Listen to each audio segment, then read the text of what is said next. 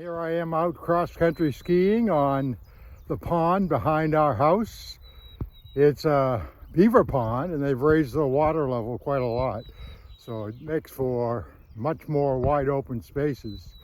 And we'll take a look around slowly.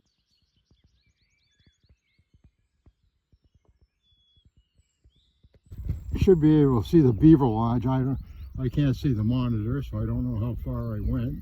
Ski trail and the skis, and back up to me again. So this is a quick trail here that I made out from the house to the pond and back, and we're enjoying a crisp, cool Friday morning in late January.